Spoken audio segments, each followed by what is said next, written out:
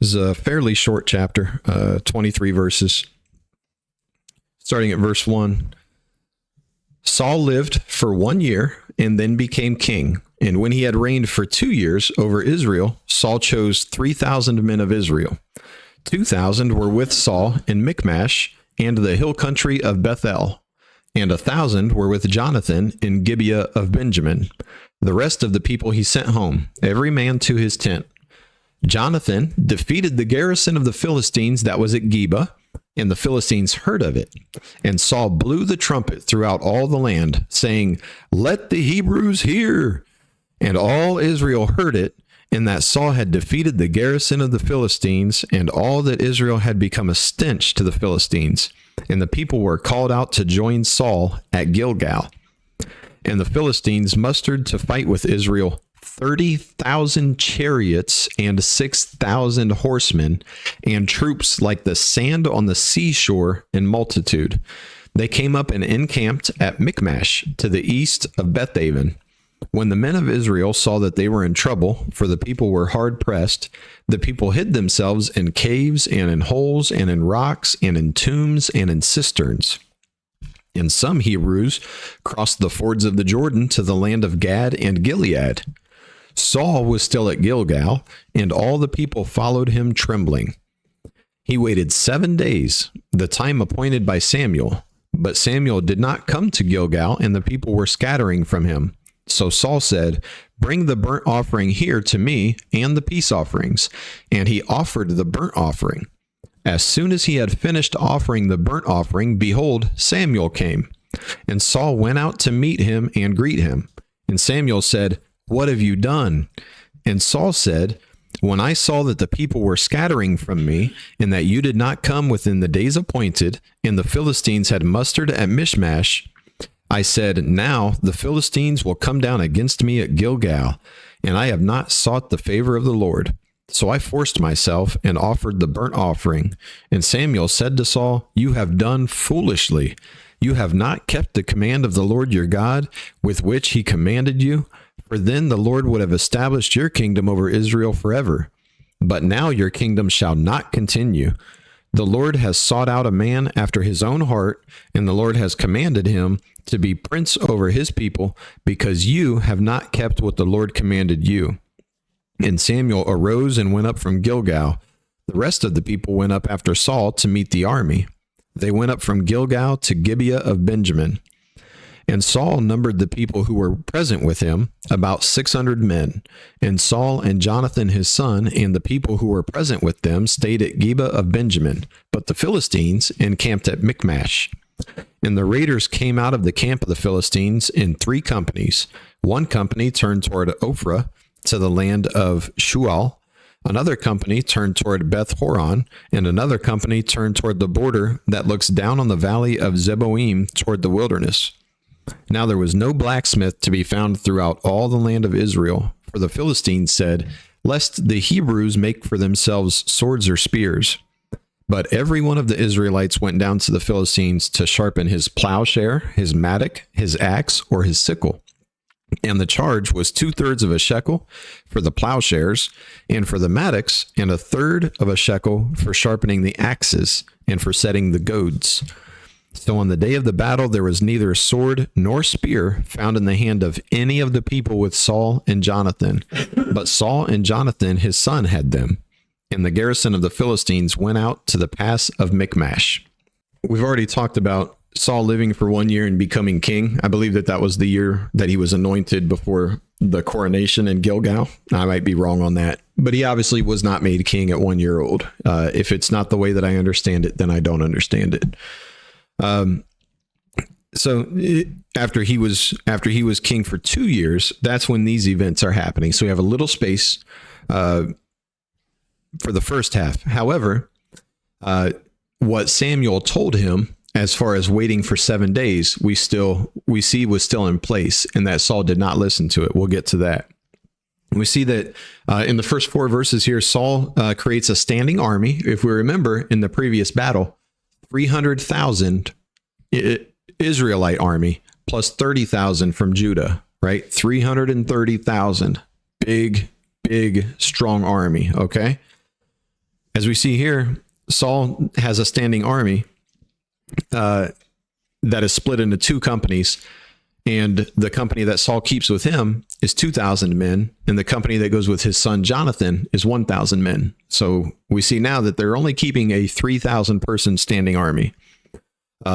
We see that after Jonathan in verse 3 defeats the garrison of the Philistines, then Saul blows the trumpet. So Jonathan wins the battle. Saul takes the credit. Now, as king, he would get the credit anyways. But what we'll notice is Saul does not miss a chance to take any credit that he can for anything. Saul needs that. So he blows the trumpet. He loves that attention, even though he wasn't part of the battle. Also, it could be that he's trying to recruit more people for the army by it blowing this trumpet and announcing, hey, we just defeated the garrison of the Philistines. And maybe that would bring up morality with the troops and make more people want to join the army. It could be that he's going that way also. In verses 5 to 7, we see that the people have their king to lead them in battle, just like they requested, right? They wanted a king to lead them in battle. But what we noticed in verse 6 here, the people hid themselves in caves and in holes and in rocks and in tombs and in cisterns. A cistern is like a well, but it catches water. It doesn't really take groundwater. It holds water, maybe rainwater, and it just holds it and they can get water out of it. So the people are hiding in anything that they can find is what it boils down to. When they were serving God faithfully, they weren't hiding in caves and holes and rocks and tombs and cisterns, right? But now that they have their king, now they're hiding. So maybe they're not as strong militarily as they thought they would be with this big, strong guy leading them. Is that better? Is hiding in caves and holes and rocks and tombs and cisterns, is that better than submitting to God? Because those were the choices and they picked that one, right? They didn't know they were picking that one, but they did, because as we talk about a lot, consequences to whatever our actions are. They may not be eternal consequences, and thank Jesus for that, but there are physical consequences on this earth for our decisions. So they're hiding in the rocks and pits and everything. We even see that some of the men run across the fords of the Jordan, right? They cross the river to get away. They're running back east to get away from the Philistines in the west. So there's not a lot of what you would call men of valor right now. The numbers are not in their favor. They're way outnumbered. You saw that the Philistines have 30,000 chariots. That is an absurd number of chariots. So that's just the chariots. 6,000 horsemen. That's a lot. I would say that the Israelites had zero of both of those categories. As we noted, the entire nation has two swords.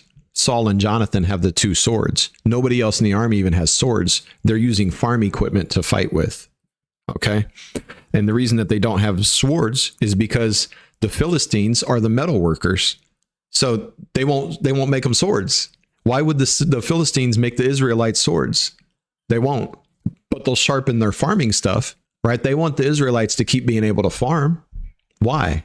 So that when they oppress them again, they can still take their tribute and they can take their oxen and grain and whatever else they're stealing from the Israelites, but they don't have to worry about them fighting back because they don't have swords or spears. They just have farming stuff. If we remember, the Philistines are a warrior tribe. They're all about war. So this is very one-sided at this point. So by any human standards, the Israelites are outnumbered big time. And then we have to remind ourselves, what was the last conversation? We're going to go back in time. The last conversation between Saul and Samuel on the timeline. Oh, here's where our running takes place. Here's the fords of the Jordan. If we want to see how far those people fled from Michmash all the way, they just ran and ran and ran and just kept going. We see Gilgal up there, and they just keep going. And they're pretty much going right back towards the Ammonites, who are very defeated at the time, but it's still a strange what to do. All right. So I'm sorry. If we went backwards to 1 Samuel chapter 10, verse 8, when we looked at that last week, this is what Samuel told Saul go down before me to Gilgal. Okay, Saul's there right now in chapter 13. Saul's there. That's where we're at. Go down before me to Gilgal, and behold, I am coming down to you to offer burnt offerings and sacrifice peace offerings. 7 days you shall wait until I come to you and show you what you shall do. Okay, so what's Saul supposed to do while he's waiting on Samuel? Wait. Yeah, just wait. That's all he has to do is wait. The prophet told him, all you have to do is wait, and then I'll come tell you what to do next. Now, is Samuel just taking 7 days to dream up what to tell Saul to do next? No. Samuel is going to give Saul a word from God in 7 days. All Saul has to do is wait and trust, but he doesn't want to do that. We go back to chapter 13, verses 8 and 9. Saul waited 7 days. Clearly not 7 full days, waited 7 days. It seems like maybe he was chomping at the bit. Everything's getting bad. People are leaving, right? People are getting scared and they're leaving him, and he's starting to get nervous. And it seems like maybe he's like, all right, it's 6 days, 23 hours, 6 days, 23 and a half hours. Okay, it's been 7 days. I'm going to do it.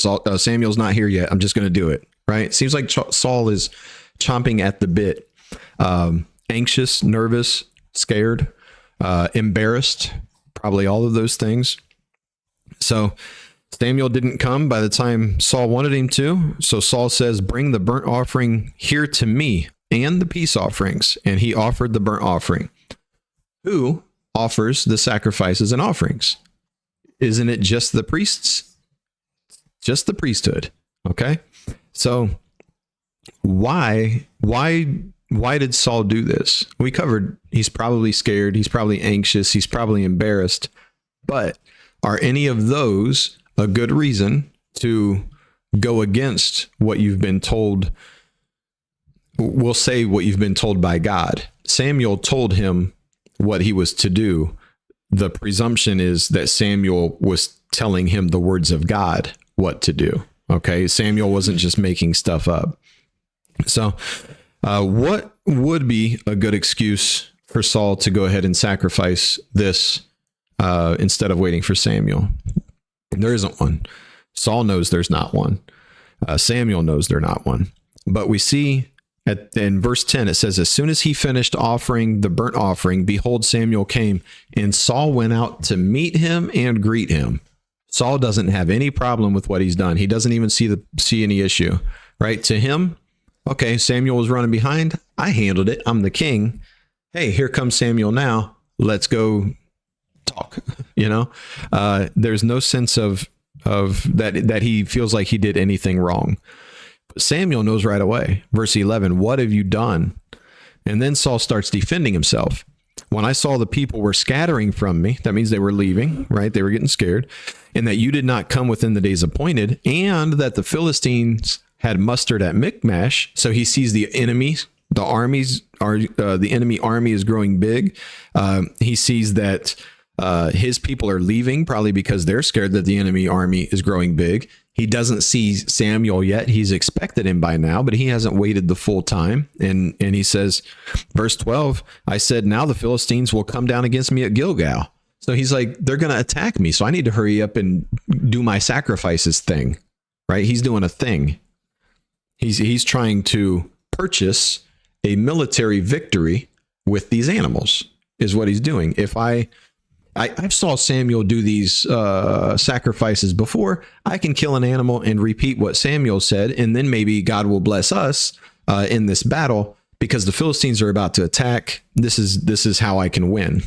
Okay, so Saul's all out of whack spiritually. What other choice did he have? Right, he could have and he should have trusted the Lord, regardless of how bad the circumstances were getting. Surrounded by Philistines or surrounded by temptation, surrounded by doubt, surrounded by bitterness. It doesn't matter what the enemy is. He's surrounded. We get surrounded. We can do what Saul did and just whatever is right in our own eyes, because that's exactly what Saul did. So we can either do that or we can do what God tells us to do. And what he says here, be still, listen, trust. Okay, trust. And as we see in the next, going forward, the passage next, the Lord would have established Saul's kingdom forever if he would have done that. That's all he had to do. Verse 13 Samuel said to Saul, "You have done foolishly. You have not kept the command of the Lord your God, which he commanded you. For then the Lord would have established your kingdom over Israel forever." He didn't do it though, did he? So what's that mean? It means verse 14. Since he didn't do it, verse 14. "But now your kingdom shall not continue. The Lord has sought a man after his own heart, and the Lord has commanded him to be prince over his people, because you have not kept what the Lord commanded you." Right? So just as quick as Saul was given the kingdom, he had it taken away from him. It comes and goes just like that. This is the consequence for the king of the Israelites, for that king to act like the king of the other nations, right? In the other nations, the king is the ultimate ruler. If he decides he wants to make sacrifices, then he just does that. If he decides to do this or that, he just makes those decisions. In Israel, even the king is under submission to God. So when even the king breaks those laws, that kingdom's gone.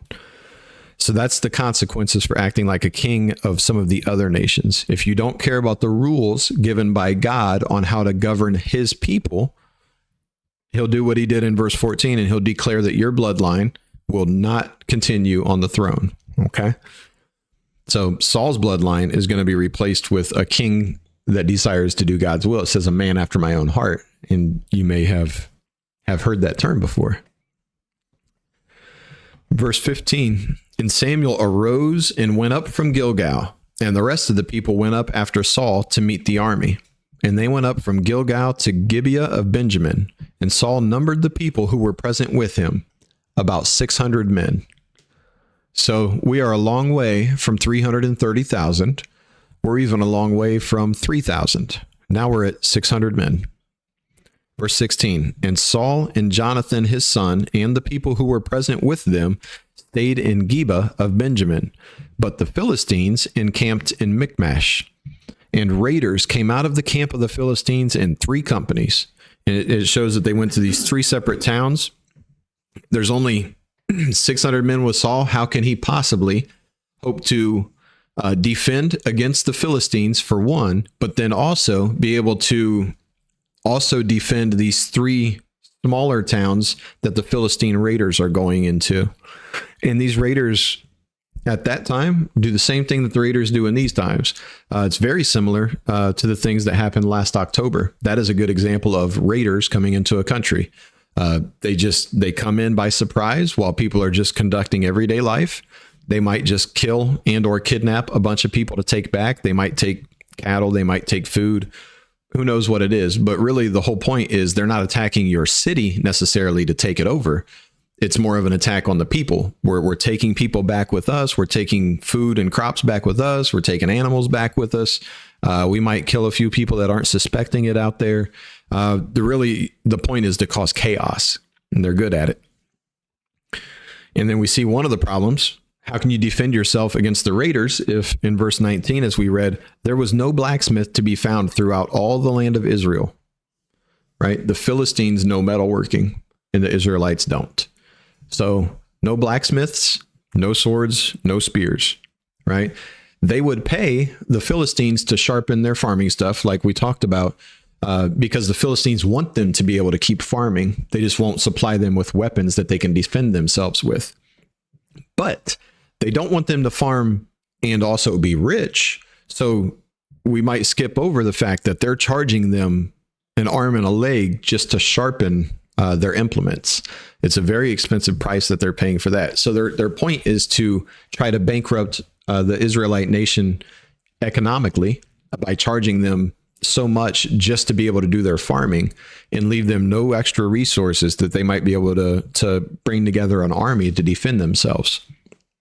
So they're smart war people. But what they don't know, and what the Israelites, some of them don't know yet, but some of them already do know, like Samuel and anybody that's faithful, they know what Zechariah is going to tell us hundreds of years later. "Then he said to me, this is the word of the Lord to Zerubbabel, not by might nor by power, but by my spirit, says the Lord of hosts. So they don't need swords. They don't need money. They need God. So these Philistines, they can take away their ability to defend themselves. They can take away their ability to preemptively attack. They can take away their ability to be a rich nation. They cannot take away their ability to be defended by God. The Israelites can take that away by being unfaithful.